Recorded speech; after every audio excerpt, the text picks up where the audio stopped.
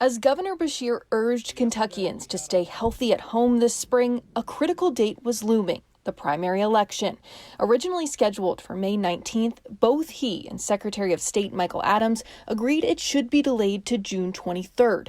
And it was soon clear the primary would be far from normal. A plan for the election, also agreed upon by both Adams and Beshear, offered multiple options to voters. It's a hybrid system. We have both voting by mail through an absentee process, and we also have in-person voting. It's just a matter of reducing the crowd sizes. So we'll have more days that people can vote in person. We want to make sure that we don't leave anybody out. This might be the easiest that it ever is to vote safely, to vote in your own home, so do it. But while many voters took advantage of no-excuse mail-in voting, almost 890,000 ballots were requested.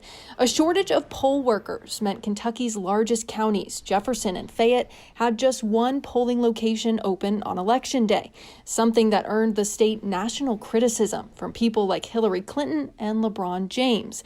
But local experts pushed back. People don't realize that the election rules for this primary in Kentucky are better than we've ever had here. We've never had early voting. We've never had no excuse absentee balloting. So we've expanded access a ton. On June 23rd in Fayette County, voters waited an average of 1.5 to 2 hours to cast their ballot. I think we could do a better job. It wasn't set up for this. It is what it is, right? At the time, Fayette County Clerk Don Blevins said the lines were held up in part by people confused with mail-in voting. What really happened was about every third or fourth voter had some sort of anomaly or problem that stopped the line. But he said the county's turnout for a primary was the highest it's been in about 2 decades.